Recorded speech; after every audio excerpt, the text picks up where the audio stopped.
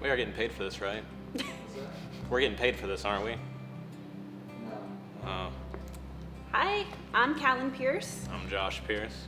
and we've been coming to Rev Church for almost a year and a half now. Coming from Ohio, which is where we were originally, I never really had a problem with going to church, but I never really felt like I was a part of the church. I never felt judged particularly, but I didn't have what I would consider a family. I hadn't been going to Rev Church for very long before I was asked to start serving on the media team.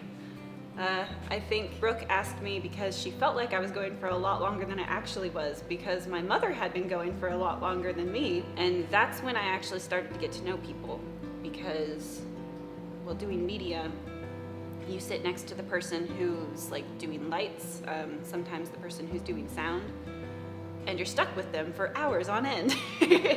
The staff really feels like they care about you. When I say hi to Pastor Josh, I feel like he knows who I am.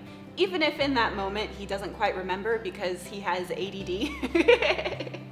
he still cares about me. And it's just preached 3 times. And has just preached 3 times and is very, very tired. Is this? Start I can't remember how I was Sorry. leaning. You were just sitting. You were. Do I look natural? You know what? It's Let's natural. just go. Alex, we're good. Like that? Like, Just do what you want, Derek. but fluidly, like, where am I looking? Do I need to do the arm thing? Just do whatever you would do normally. Just do you. Act naturally. All right, well, I guess I was one of those really annoying atheists for pretty much all of my life, for the most part. I mean, we went to church when I was younger, but it was the whole fire and brimstone kind of church. And my grandparents were the ones that really pushed it. Probably a really stupid time in my life. I was just kind of partying with my friends, really ignoring any kind of real path I should be taking in life. Ohio was kind of a hole for me. I was surrounded by a lot of really rough temptations, really easily attained temptations. My family, my friends were kind of not helping me out. I was really looking for a change. And Callan had mentioned moving to Tennessee.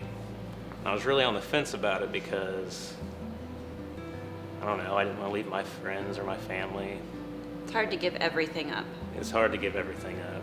I knew my choices were only deepening my problems.